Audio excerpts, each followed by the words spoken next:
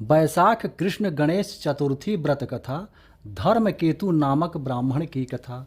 पार्वती जी ने कहा, हे गणेश जी, वैसाख माह में कृष्ण पक्ष की जो संकटा नामक चतुर्थी कही गई है, उस दिन कौन से गणेश जी की किस तरीके से पूजा करनी चाहिए और किस प्रकार का भोजन ग्रहण करना चाहिए।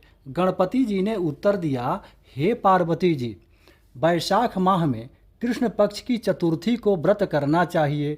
उस दिन वक्रतुंड नाम के गणपति जी की आराधना करके कमलगट्टे के हलवे का भोजन करना चाहिए। राजा युधिष्ठिर ने द्वापर युग में इस प्रश्न को पूछा था और जो कुछ भगवान श्री कृष्ण ने कहा था उसको मैं बताता हूँ, आप ध्यानपूर्वक सुनिए। श्री कृष्ण जी बोले, प्राचीन समय में रंती देव नाम के प्रतापी राजा हुए थे।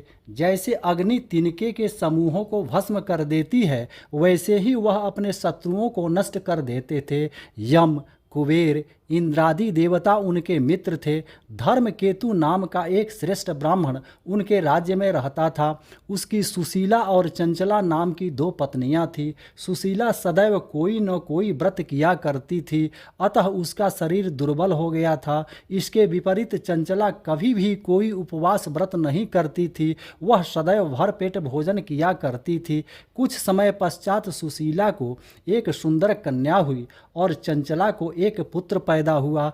इस बात पर चंचला सुशीला को ताना मारकर बोली, सुशीला, तूने इतने उपवास करके अपने शरीर को दुबला बना दिया, फिर भी तूने एक दुर्बल कन्या को पैदा किया। मेरी तरफ देख, मैंने कभी व्रत नहीं किया, मैं कितनी हृष्ट पुष्ट हूँ और वैसे ही बालक को मैंने जन्म दिया है।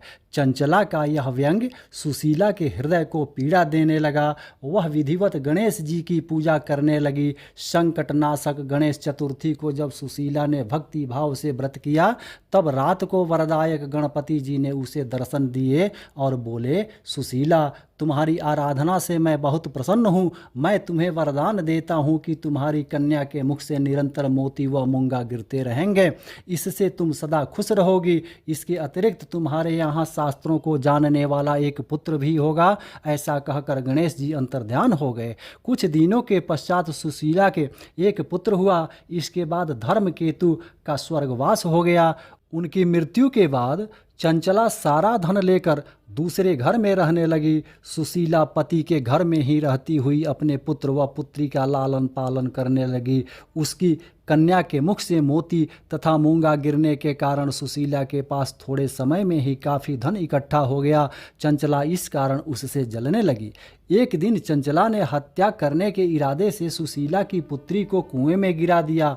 उस कुएं में श्री गणेश जी ने उसके जीवन की रक्षा की तथा वह बालिका राजी खुशी अपनी माता के पास वापस लौट आई। ऐसा देखकर चंचला का मन क्रोधित हो उठा। वह विचारने लगी कि ईश्वर जिसकी रक्षा करता है उसे कोई भी नहीं मार सकता। सुशीला अपनी पुत्री को पुनः प्राप्त कर अति प्रसन्न हुई। पुत्री को अपनी छाती से लगाकर वह कहने लगी, भगवान गणपति जी ने तुझे दोबारा जीवन दिया है। जिनका कोई नहीं होता उनके स्वामी गणेश जी हैं। चंचला ने आकर उसके पैरों में अपना सिर झुकाया। चंचला को देखकर सुशीला को बहुत आश्चर्य हुआ। चंचला ने हाथ जोड़कर कहा, बहन, मैं पापिन एवं नीच हूँ, आप दया करने वाली हैं। आपने दोनों कुलों का भला किया है।